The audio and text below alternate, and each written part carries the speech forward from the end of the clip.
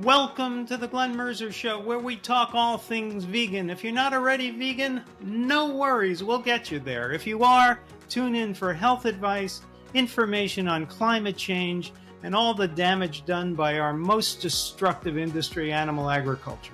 We'll also talk cooking, theater, film, and culture. My two reasons for starting this podcast: to entertain, to inform, and to make people vegan.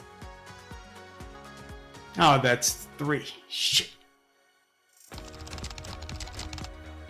Welcome to the Glenn Mercer Show. You could find us across all your favorite podcast platforms. You could find us on YouTube, and please remember to subscribe. And you could find us at realmeneatplants.com. My guest today is a Renaissance man. He is a film director. He is a YouTube host of the show PB with Jay, which has over 40,000 subscribers. He is a weight loss champion, and he is now the author of a new ebook that he's going to tell us about called PB with Jay Family Favorites. Jeremy Lalonde, welcome to the show. Thanks for having me on, Glenn. Yes. Well, my listeners know that I like to have guests from far-flung areas of the world, really exotic locations. And you are coming to us from the exotic location of Canada. Is that That's right? right. Super exotic, especially this time of year. Yeah, that's way up close to the Arctic Circle, I guess. Well, I'm in So, Toronto, so we're closer to you than we are to the Arctic Circle, but oh, definitely some parts of us are. well, I'm sure it's cold enough anyway. So, Jeremy, first, let's mention the weight loss. How much did you used to weigh? At my absolute heaviest, I weighed around 360 pounds. 360 pounds. So you Uh, had let yourself go a little bit. I let myself go a lot. That's a kind way of saying it. Yeah, and then at my lightest, I got down to around like 165, which was way too light for me. Mhm. And I started looking sickly. Um, and now I kind of sit around like the 200 mark ish, Okay. a little bit, which is I have found like I can maintain that effortlessly without having to count calories, without having to like just being, just working out the amount that I work out now and eating the way I eat. And indulging here and there, but also just like having like a nice balance that is primarily whole food plant-based. Right. So how many years ago did your weight loss journey begin? Yeah, so it started I think about 5 years ago is when I started to do it. And when I got really, really serious about it, I'd say I dropped the majority of the weight. I went from like I think the math was that I lost 180 pounds Wow. over the course of less than 2 years. Wow. And that Um, happened to be the 2 years when you went on the whole food plant-based diet? yeah, that was around the time like I started at that point I was still at the beginning of it I was pescatarian and still Uh-huh. flirting with that a little bit. And really it was just like a little bit of eggs and some fish, but then pretty quickly into it as the weight started to come off, I wanted to accelerate it even more. And I'd already been starting down the rabbit hole of all like additional readings of, the best way to eat for health and longevity and all that kind of stuff. And I had come across, I think Kevin Smith and Penn Jillette had both like talked a lot about their rapid weight loss, and both of them had famously gone, plant-based and vegan. And Penn Jillette wrote a book about it that I can't remember the Right. name of off the top of I my read head. I read that he ate a lot of potatoes. Well, that's just it. And I was like, oh, I like potatoes. Um, and just looking at all those kind of things, and of course you start reading, that book, and that book led me to I think Joel Furman, that leads you to like Right. Gregor, that leads you to guys like you and AJ and all these other people, and you just start going down this rabbit hole of information, and pretty quickly I realized, oh, this is the way I need to go. Like it aligns with me in so many ways. It aligns with me ethically, it aligns with me like, you know, environmentally. It was kind of a no-brainer. And so pretty quickly I went from being pescatarian to being whole food plant-based, which is then when the weight loss really kicked into high gear. Right. Well, I am proud to be part of the rabbit hole. So um, and would you say that that it was equally effortless during that whole weight loss journey? You I know? think, like, generally speaking, like when I was losing the weight, I was losing 8 to 10 pounds a month, Oh, on average, which is pretty incredible, but I also had the weight to lose, and I mhm. think like anybody who has a significant amount of weight to lose will find as they get to a certain point, the plateau kicks in, right? Right. Um, and if I was to do it today, I'd do things a little bit differently as well. Like the way I was working out was really focused on just losing pounds, where now if I was Mhm. to do it again, I would put more resistance training as part of Right. which was what I'm doing now, which is also part of Right. the reason why I've gained more weight as I've built more muscle Right. back up. Because Right. I lost, along with all the fat, I lost all my muscle, Uh-huh. because I really was just focused on losing as much weight as possible, Right. which was great, but also at the same time, I think, that number on the scale can be a real challenge. I think we get addicted to numbers and we don't necessarily look at the other factors of our health, Right. um, like muscle mass, bone density, all these kind of things, right? Because, you know, every person is so different, right? And so two different people that weigh 180 pounds, one might be healthy, one might be not, depending on other factors inside of your health and your age and all those kind of things, right? So I think this number on the scale thing we have to get past. And I know that was my issue where I know now that, in theory, I've gained back 40 pounds from what I lost. Old me, that would be sending up warning signals going, oh, what have you done wrong? But current me knows that I'm like, no, I have a really, really healthy body to fat ratio. Mm-hmm. I've gained back my muscle and I'm not having to count calories to stay where I am. I'm pretty Right. flatlined and have been this way for like a year and a half now Right. without having to worry about going back up. Because that's always the danger too, is when you start gaining weight back, you go, oh, well, am I going to gain it all back? Right. And that does happen for a lot of people. So, but at one point, definitely a plateau kicked in for sure. And I started to get worried. And then what I just added to my regime was just intermittent fasting. So I'd start kind of cutting off the feed meter after dinner at night, dinner and, some kind of light, easy dessert if we had one that night. And then I wouldn't eat again until after my workout the next morning. So it ended up being like, I think when I first started it, I went really strict and did like the 16 to 8. So like 8 hours of a feeding window and then 16 hours of fasting. Um, and now I sit more around like a 12 to 14 hour fast. And Mm-hmm. I'm not like strict about it. I don't eat Right. after dinner slash dessert. And I don't eat again until I've finished my morning workout. And it ends Right. up being 12 to 14 hours, Right. give or take. That's the hard part for me is not eating after dinner. I know I Yeah. shouldn't, but sometimes I just get hungry at 9 p.m. or 10 p.m. And And you know what's funny? Because I think we're all that way. And the thing that I read, and then now it's stuck in my brain, and that's where my brain goes, is that so few of us are used to feeling what it actually feels like to be empty and mm-hmm. to what our food, because we're just so used to just being in a constant state of fed, right? Mm-hmm. So we're bored or we're hungry and we eat a little food. And so what's happening probably around 9 o'clock at night for you and me and everyone else in the world is that what you're actually feeling is your body digesting, and it feels like hunger to some extent. And so we go, oh, well, I should eat something. Well, really, it's just your body just breaking down the food and getting ready to go into a fasting state. Uh-huh. So I had that too, and I just ignored that feeling for a couple weeks, and it goes away. Like I don't feel that feeling at all anymore. Hmm. In fact, now it's the opposite. Like if I'm out at, an event or something in the evening and people are passing around hors d'oeuvre trays, even if it's something, the rare occasion where it's actually something I can eat on one of those things, it feels so strange to eat something Uh-huh. because my brain just goes, well, I don't need the fuel. Why am I eating this? Right. Because I'm bored, Right.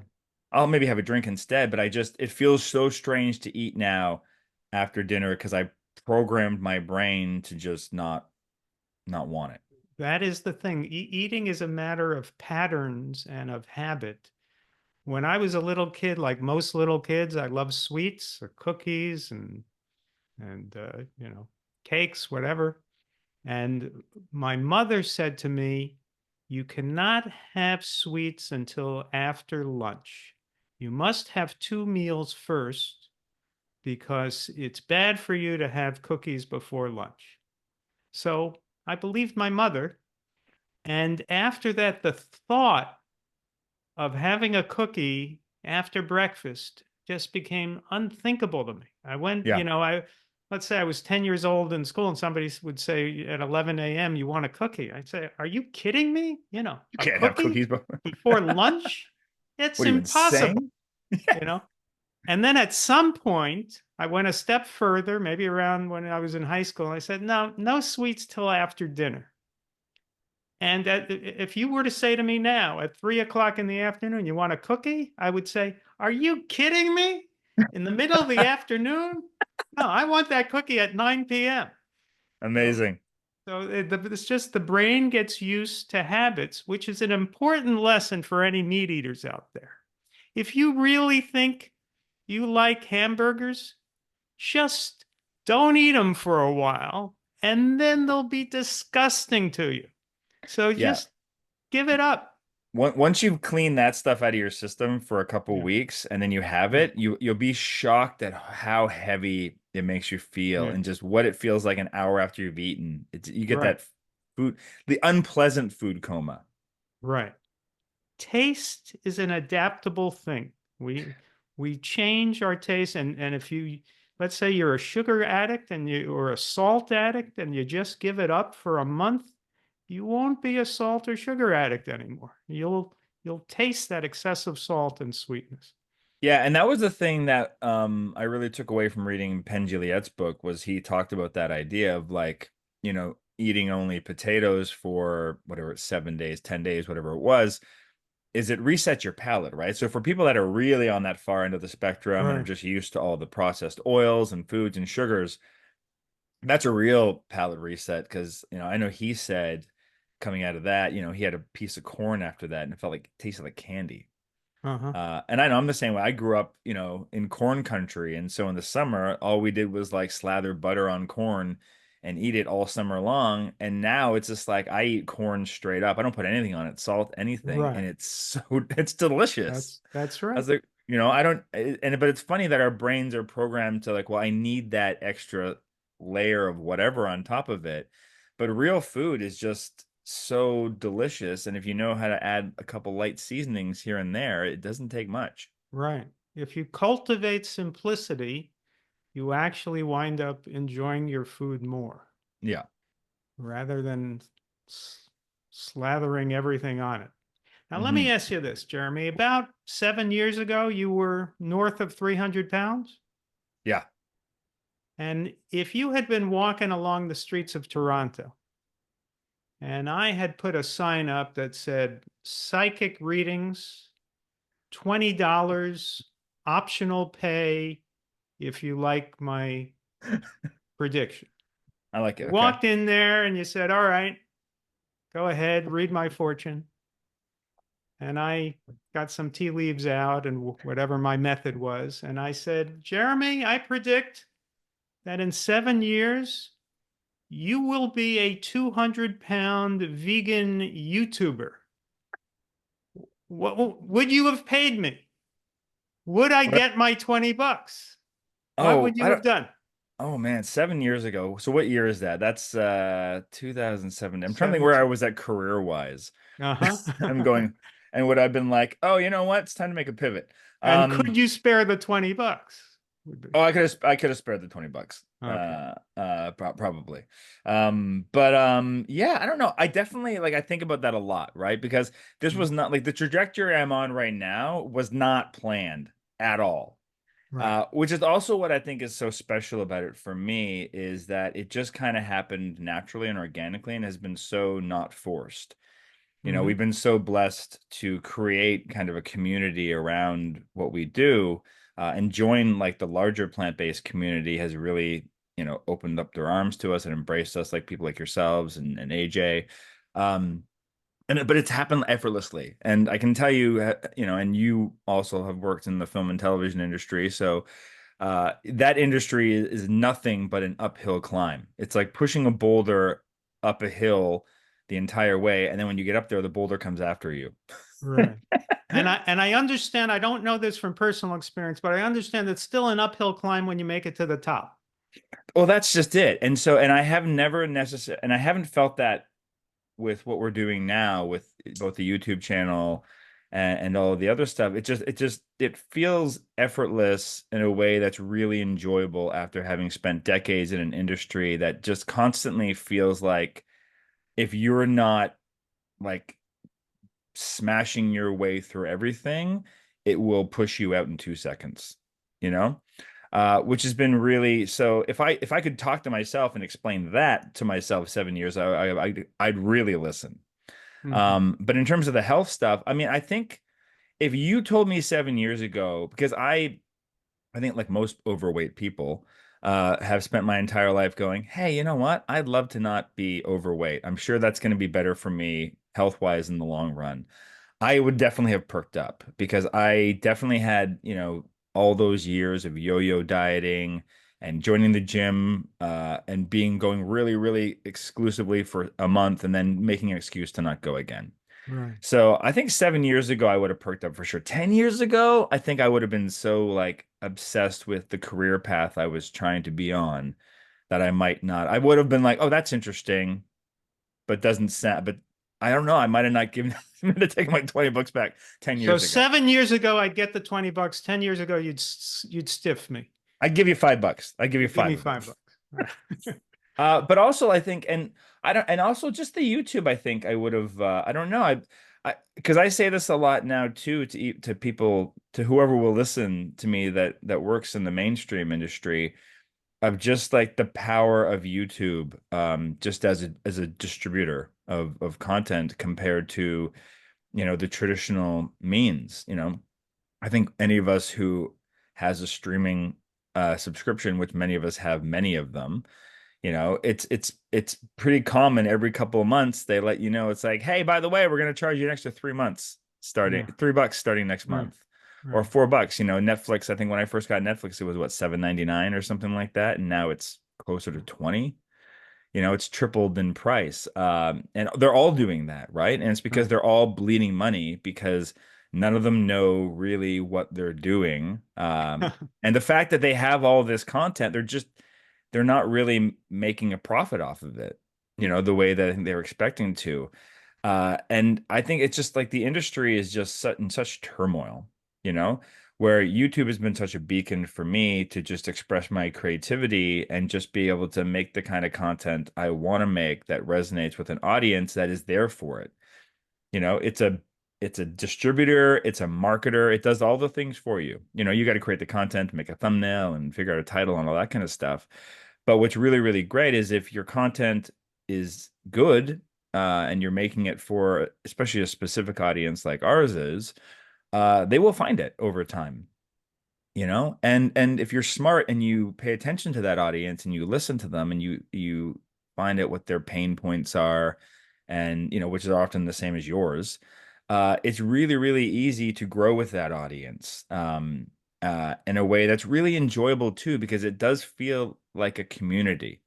And I think when I got into making film, it was really because I just wanted to share stories with an audience. I wanted to connect to an audience and hear them laughing. I think it all started when I was younger and I used to watch comedy films with my dad, and I'd sit there and watch him just laugh and laugh and laugh. And I was like, that's what I want to do.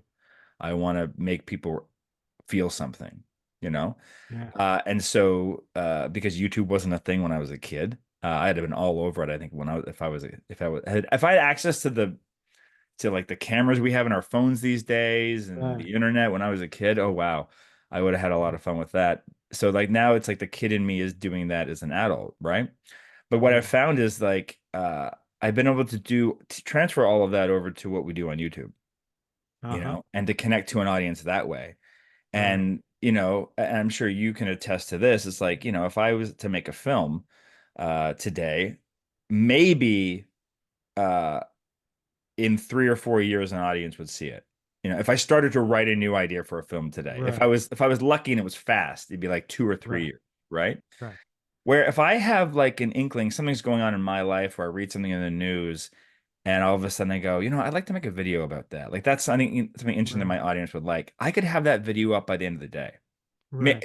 Maybe not that fast, but that week I could get it up within a week, and I would get feedback from the audience the same day, Right. which for me is just like the immediacy of that is great. Yeah. It's so good. It's both for them and for us because we can react to things faster, right? Right. And I always enjoyed going to film festivals and getting, social media notifications from people who enjoyed the work. But we're so blessed on our channel that we get emails and comments every single day from people letting us know how much they enjoy spending time with our family, but more importantly, that, you know, we've helped them to lose weight. We've helped inspire them to realize that the kitchen's not such a scary place, because we pride ourselves on making mistakes in the kitchen Right. all the time and showing those mistakes and then how we fix them or don't fix them. And that's okay too, that it's okay to be imperfect and not get everything right all the time. And we get those comments all the time from people saying, thank you. I finally feel okay being in the kitchen and not feeling like I have to. But your YouTube channel, PB with J, is that it's really a family show. You involve your family all the time, tasting recipes. When AJ came out with her new book, Sweet Indulgence, you had that on, and they were tasting all the different desserts and rating them. You completely involve your family. Your wife, who is named Emily, but for some reason you call her Wooly. Yeah. How did that happen? Her maiden name is Woolner. Okay. And so it's a Uh, nickname. It's a nickname that predated our relationship. Friends of hers already called her Wooly, and so I just kept it going. so it predated the veganism. Yeah. And then your son Ephraim and your daughter Annie, Yeah. and they're all involved in the show. But that leads to my next question. And as you know, I am famous for asking the tough questions. You're not supposed to laugh at that. Oh, I'm Let's try sorry. that again. As Okay. you know, Jeremy, I am famous for asking the tough questions. That's good. And so let me ask this, because a lot of people are asking this, a lot of people are wondering, and let's find out the truth. Did you have your family in order to help out on your YouTube channel? Specifically, I had them so I could make this cookbook. I see. Okay. Yeah, it's been 15 Okay. years. I couldn't make a family favorites cookbook if I didn't have a family. All right. So, So there you go. You've done the segue. Let's talk about the new cookbook. At this point, it's an e-cookbook. It's only available in the electronic version, and Jeremy will tell us about that. But the book is called PB with J Family Favorites. So tell us, where'd you come up with the idea for the cookbook? so I'll And oh, pop look, up. we got images of it right So there. this is the cover right there for those that are interested. So the impetus behind the book came. It's interesting because we knew we were gearing up to do a book at some point in the near future, and so the question becomes, well, there's so many different avenues you can go down, right?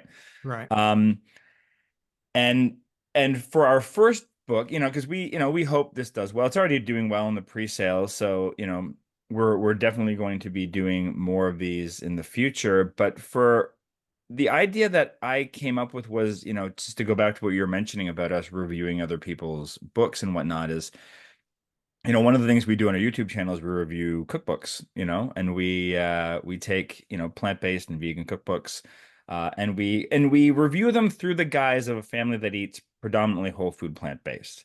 And we get some crap sometimes from people going, well, you changed this ingredient, you took out the oil and you put aquafaba in. Listen, it's like, how can you review something if you've shifted something? It's like, so we always put the disclaimer on going, we're reviewing it under this guise for our audience who eats this way to let them know, can you use this book and eat the way you'd like to eat?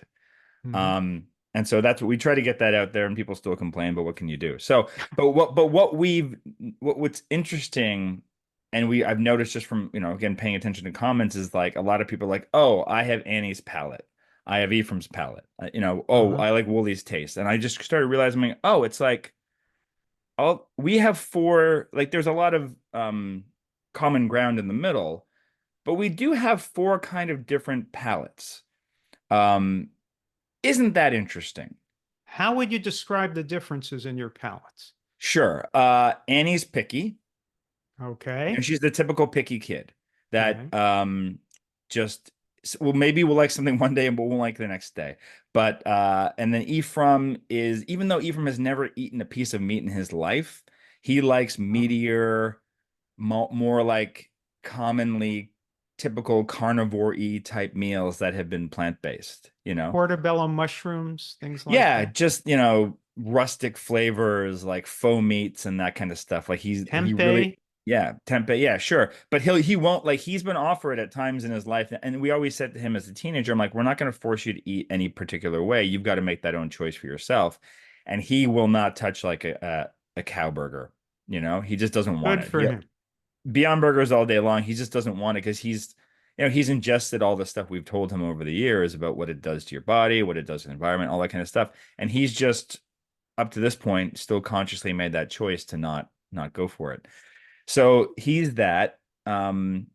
Wooly, I would say, is more of the clean eating variety. She likes, Thai foods, stir fries, things that takes fresh and light is what she likes.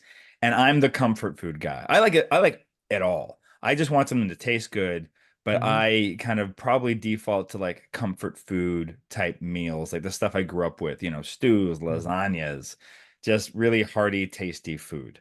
But then there's a lot of overlap within those four groups. And that just made me looking at our recipes too, going, well, a lot of these recipes curate naturally to our four different tastes, with a couple of shared ones.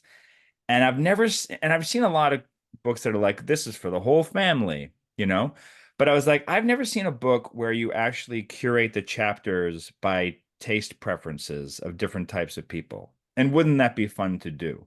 Everyone in the family gets their own chapter, and gets, Ah, you know, and then we have a family favorite section in the book, and then we also just have kind of like an odds and ends section. And was there a then fight over who goes first in the book? Oh, we actually haven't nailed that down yet. We're still putting it all Ha together, but I think it's probably gonna be my daughter Annie. But I'll ha. show you, I'll pull up a preview of kind of the layout of how um the book looks. So this is, if That you looks have, beautiful. thanks. Yeah. And that was the other thing, as people who have reviewed almost 50 cookbooks on our channel. We read a lot of cookbooks, and Uh-huh. so I don't want to say we're experts in them, but I know what Uh-huh. I like and I know what I don't like, and I know a lot of the common mistakes I've seen, right? Right. And I know, just as someone who also sometimes has to throw a meal together really quickly, I hate it when I open up a cookbook and I'm like, how long is this thing going to take me to make? Right. And I have to like, and it's not written anywhere quickly. So I have to go through the recipe and do the math in my head. So I Right. was like, I want someone to be able to flip open a page of our book and know within 5 seconds if they have time to make this tonight, Right. And it right? looks like every page has a little bit of sauce on it. A Am little I bit right? well, I wanted to make it look and feel like our book from home. Right. So the it's designed in that way. There's like the tips at the bottom are on sticky notes. There's a little Uh-huh. section for you to write your own notes in there. So the top, when you flip to our recipes, basically the top lets you know if there's any allergens. So the three most common ones that we're flagging are gluten, nuts, and soy. Uh-huh. So this recipe right here is good for anyone. Uh, Right. it really quickly tells you how much time it takes to make it, how many servings it makes, and what you need is in terms of like cookware and appliances. So this is something you Uh-huh. can just make on your stovetop, right? If it Mm-hmm. needs a pressure cooker, we've got that symbol. If you need an oven, we got that symbol. And then it's just the simplicity of, the usual stuff, a little introduction. You got your ingredients, and you've got, as tight as we can make the instructions. Because that's the other Mm-hmm. thing too, is like I've read a lot of books where they've got these beautifully written paragraph instructions, And I'm like, that's great if I'm just sitting on my couch and reading your book. But if I'm in the kitchen and one thing is already going and there's something over there going, I don't have to, I just want to like know what I do next. I just want to get to the heart of it, you know? Right. So we tried, we, you know, pared back the instructions to make them as simple as possible. And we recipe tested them with over 60 people from our audience. So that way we know they work for people that are not just So us. 60 of your subscribers made the recipe and then reported back to you? Yeah, not all of them made all 60, but we had every recipe has been tested by at least six or more people. Okay. And we've incorporated all that feedback into it. Like a lot of people have given us, and so some of their suggestions, we didn't necessarily do them all, but sometimes we put them in the tips, you know? Okay. So for example, on the second page here, you can see, so some of the tips would end up in that, the sticky note down here, but the second page with the photos on it, down at the bottom of most of the pages, you'll see notes from our recipe testers. So Okay. one person here said for something for a crunch is adding slivered almonds, and I think they even mentioned dried cherries. My son said, "Ugh, why would you? That ruins it." But it's like, you know what? If Right. that's what someone else wants, that's an Right. option for you. And the other thing we did is we asked our recipe testers to send us photos of the meals after they were finished making them, and if they want, some of them even sent us video that we just put up as a video on our channel, like other people reviewing our recipes. And so we asked them too, is like, could we use these photos in the book? Because that's the other thing that I always find is like, and I'm sure you've done this too, Glenn, is you make the recipe, you put it on your plate and you look at it, and then you look at the photo from the book and you're like, what the hell happened? What Right. did I do? You know, and so all of the photographs in the book are of either our us. Well, there is definitely a photo that we took for every recipe. A photo taken by us of the meal right before we ate it. So it's not taken by like a food stylist in a photography studio with perfect lighting. It's taken like I have a bit of a lighting setup. So, you know, the photos Yeah, I it think looks as good as if it were taken in a studio. thanks. And well, the film training doesn't hurt, right? That's where Yeah. I have that advantage over some people that are doing cookbooks without that training. So it's so this and for example, that you know, the big one up top is my photo, but then the other two are from our recipe testers. Uh-huh. And as you can see, they look a little bit different, you know? Yeah. And that's fine because that's just it. They're all going to look a little bit different. What I like to think is that someone will look at this and go, well, mine's going to look like one of these three, hopefully. Yeah. And if it doesn't, then they really messed up. But but you know, If I one of just them looked like chocolate cake, that would be a mistake. you're on the wrong, then I put the photos on the wrong page. Yeah. But so that's what I wanted too, is like I want the photos to look like the food you're actually expecting to come out of your kitchen. Okay. Now, this Um, ebook, PB with J Family Favorites, is going to launch on Wednesday, November 27th. And we're going to try to time it so that this video launches the same day. So I hope I'll be correct when I say launching today. that's the game. That is the game. We're gonna get it out. Launching Um, today, this book. Be the first to get it. We'll put a link in the show notes, and this will launch today. And you just click, and it'll come to your inbox, right? If you yeah. buy it. That's yeah, you'll get a receipt in your inbox that has a download link that you can pull it from. So it's super simple. And if you have any problems, you just email me at pbwithjeremy@gmail.com. And I PB will with Jeremy at gmail.com. help you out. The other two things I just wanted to mention real quick, because what prompted me to pull up this page, because you asked me, is like, how do we know who likes it? So you're gonna have curated chapters for all the recipes, and we're gonna do like another index where you can just look based on like breakfast, lunch, and dinner for people that Mhm. want to look that way. But at the bottom of our page, you're also gonna get this little, you're gonna see our faces. So if all four of us are up there, it's a family favorite. If someone's not on Ah, there, then you're not then obviously it doesn't quite tick off the box for them. And I we'll have a see. section at the beginning of the book that explains all the icons that you're going to see. Okay. And for So any you've gone from being four individuals to simply four figures that represent individual tastes. yeah, kind of.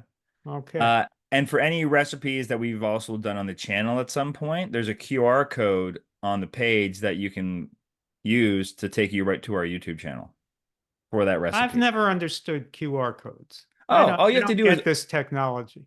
Okay, for those that don't understand QR codes, Yeah. like Glenn, you just literally open up the camera app on your phone and Yeah. you point it at the QR code, and And then the food appears.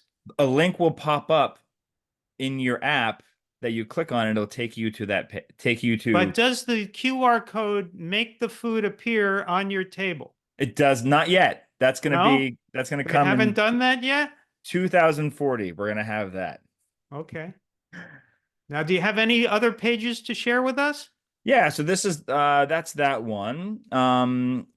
We haven't quite finished the design of some. I'll show you another recipe. This is more of a breakfast slash oh, that's the same. No, it's not. Sorry, I'm getting Oh, that our looks like cookie. dessert. I can't even look at that till after dinner. But this is breakfast. This is a breakfast that we That's make. This breakfast? That it's looks like kind of dessert. it's like an oatmeal. There is chocolate chips in some of these, but you could put raisins in instead if you wanted to. Okay. But it's basically the idea of instead of having oatmeal, take your oats and put them into like a ball form, and then serve them on top of a smoothie bowl. Okay. So it's like a raw cookie dough A bowl. So take smoothie bowl. So you make a smoothie and you put it in the bowl. like a thick smoothie. So it's almost like nice Thanks. cream, Okay. for people that like Again, a after dinner for me, if it's a nice after one. dinner for you. I've always been a sweet. Well, over since going plant-based, I like a sweeter breakfast. I like some Okay. fruit and grains, and that's typically my breakfast. And then I don't have a lot of sweets the rest of the day until like maybe a little something at the Yeah. end of the day to cap it off. Well, I could have fruit in the morning. I just can't have chocolate chips. Well, that's what mostly this is. It's a lot of fruit in the smoothie part, and then it's Okay. oats blended up with nut butter, and Okay. like I said, and you could also just omit the raisins or the chocolate chips. You could put Right. nuts in those instead, whatever you want. Right. And it's just the idea of a little texture inside of it. And for kids, it's fun. And It's another way to everybody in the family likes it, as you can see everyone from the everyone picture at the likes back. this one. Yeah.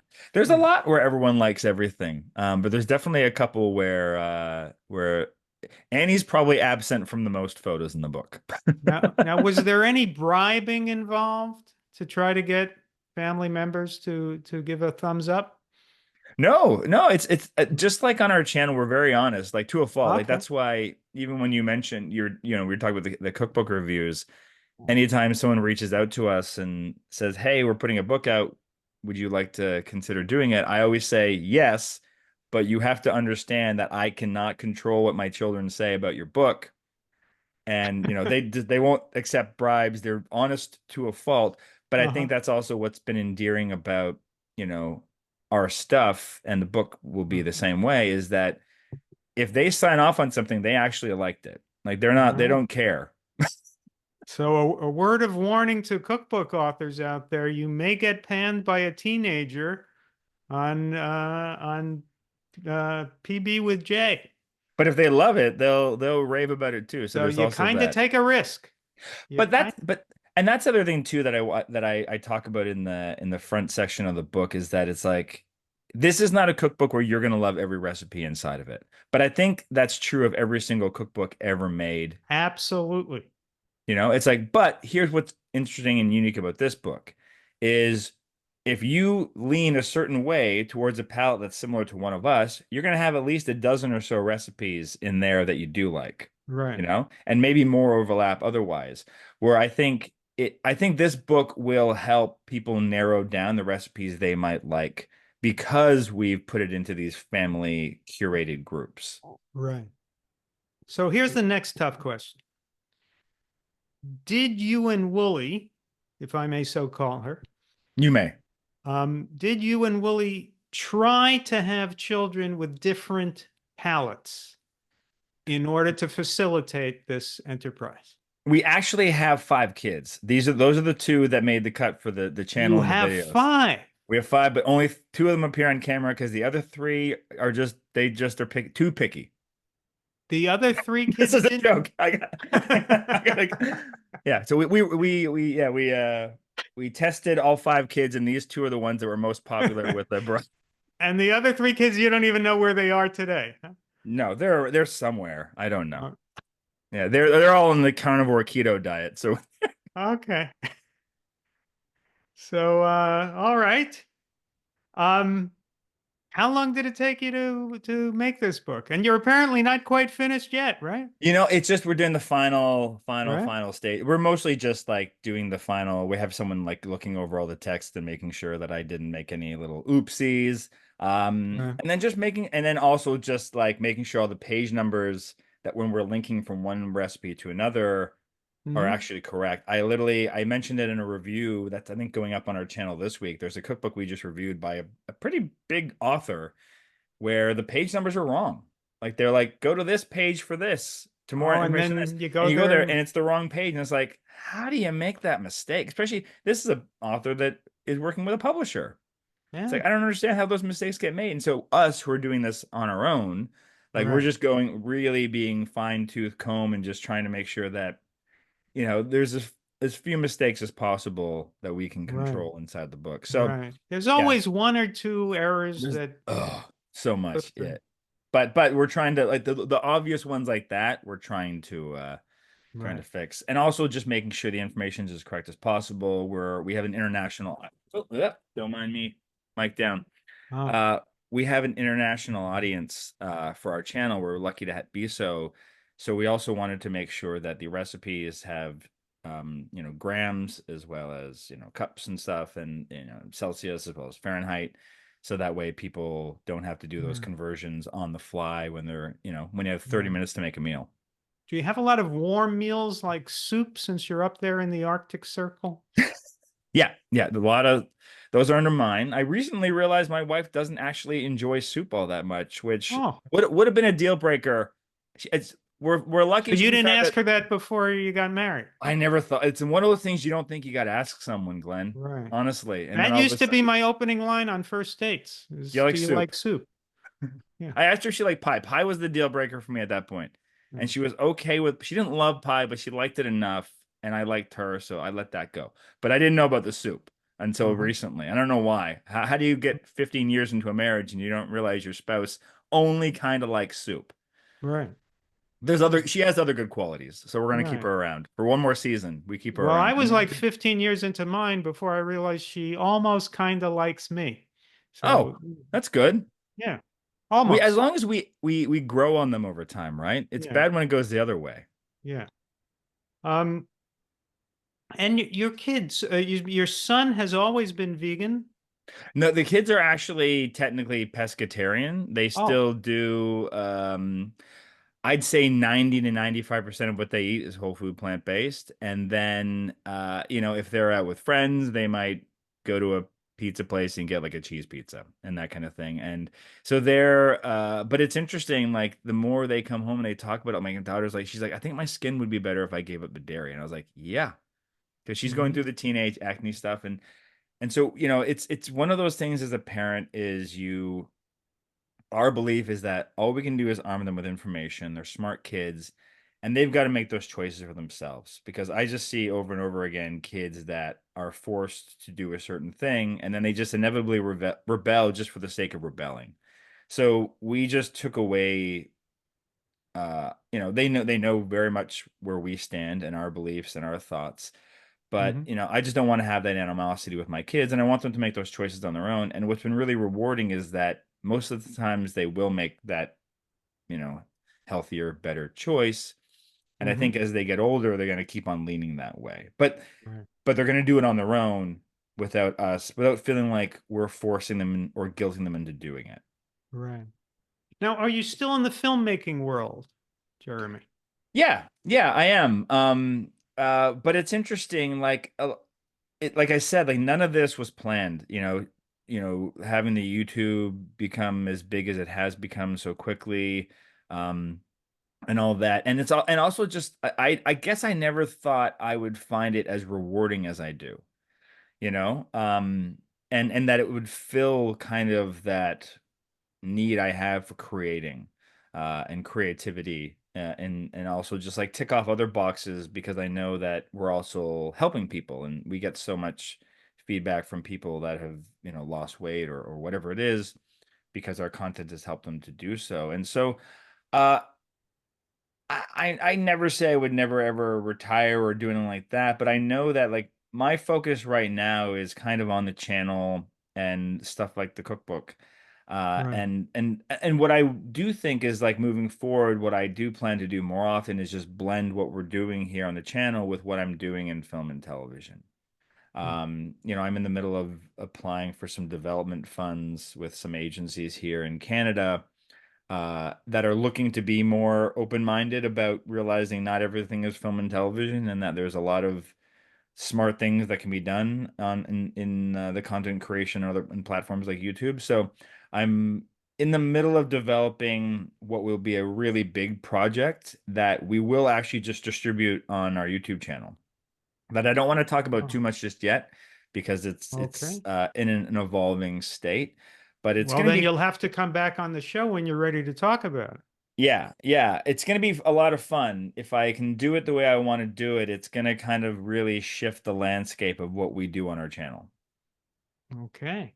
Well, that is intriguing, sir. Yeah. So hopefully I'm very excited about I'm telling you right now, Glenn, I would love to do nothing more than to just tell you all about it for the next 20 minutes, but I Right. know that it's like it's going to shift and evolve as it goes along. Okay. And I'd rather just come back and nerd out about it when it's actually kind of more formatted and Okay. baked a little bit longer. Well, as you know, I asked the tough questions. So let me Yeah. ask you this. The last time I saw you, I think maybe the last couple times I saw you, you had a beard. Oh yeah. Are you in trouble with the law? Yeah, I'm looking at well the cookbook. They didn't want it. No, I'm actually in the middle of participating in Movember. Woolie's cousin Eric has had a cancer battle for the last few years, and so he does the Uh, Movember thing where you grow a mustache for a month for charity. And so I agreed to kind of help him out and spread the word for his page that he's raising money on. So I'm in the middle of growing what's like right now, for those that are watching, is a really awkward kind of mu handlebar mustache kind of thing uh-huh.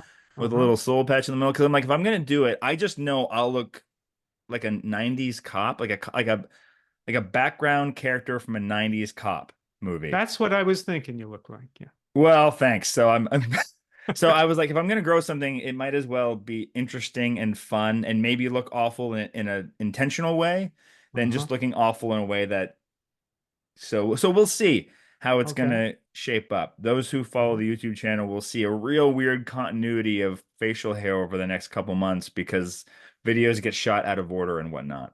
Okay. Well, the clean shaven look always makes people look younger. It So, really, I know my wife, I came down when I first came. She's like, you look 20 years younger. I was like, that's not the answer I wanted to hear, but thanks.